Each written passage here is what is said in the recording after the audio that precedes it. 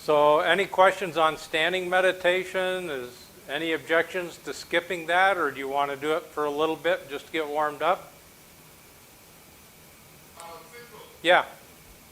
Even now, as many years as I've been doing it, I still feel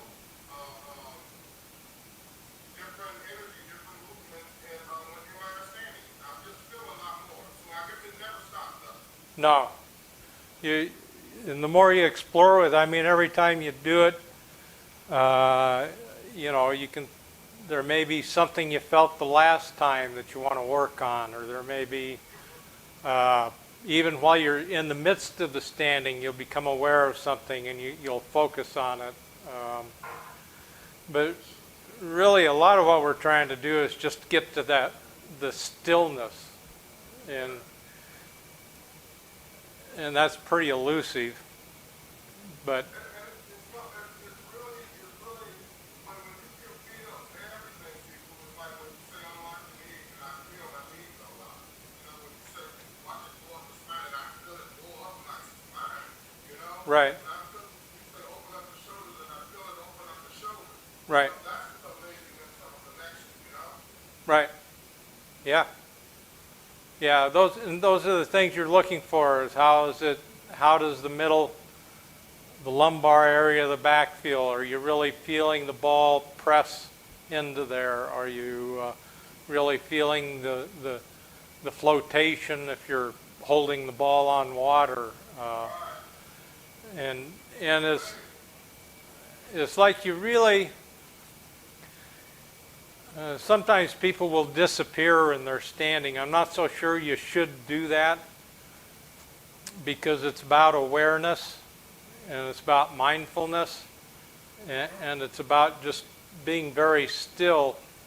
But in the stillness, like Sifu says, from the standing meditation, he gets clarity.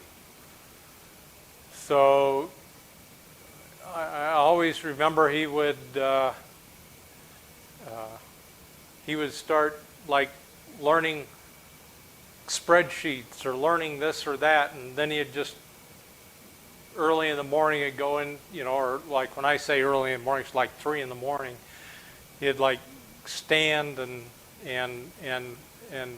look for some clarity on what he was doing. So, but that's what you're looking for, I think, is the stillness, the feeling of openness in all the joints, the feeling of fullness throughout all the tissues and even the joints. So it's an openness and a fullness. And getting there, though, you'll get things like energy up and down the back, or energy going through different places. But you're really looking for that very still, peaceful feeling that's also very aware. And Wang Chai, or I think, described it as standing on the edge on the blade of a knife, in that you want to be balanced on that small a point, and also the fact that you can explode into movement from there. So you're very aware. I always remember one time when I was playing golf, there was a crane by the pond, and he was fishing. And he was sitting there, and he was just poised, looking. His head is up, and he's just extremely still. I mean, you didn't see any movement. And then just before he left the dock, you saw the feathers on his back kind of. It was like the energy came straight up his back, but I mean, there was no preparation to leap or anything. He just went from there and went right in. So, and that's kind of the feeling you're looking at in your standing, is that kind of same type of alert awareness and readiness of everything. So you're not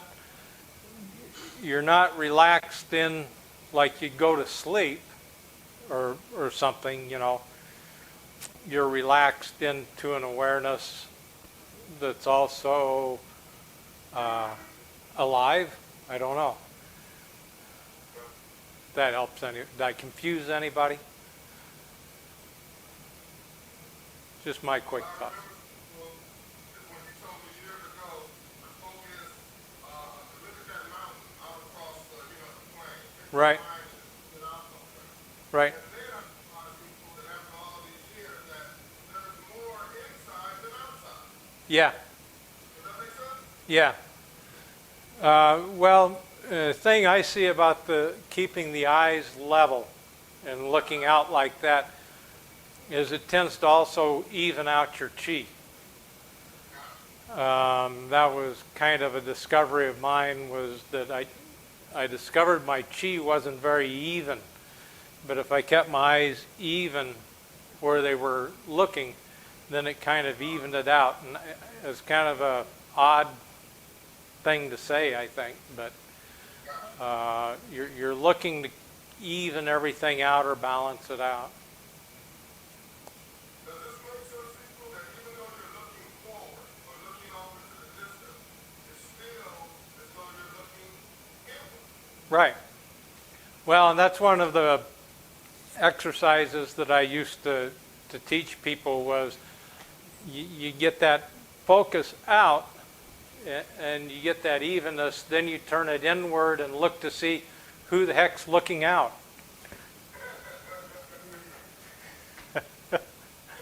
See if you can find the looker in. And that's an interesting experience too.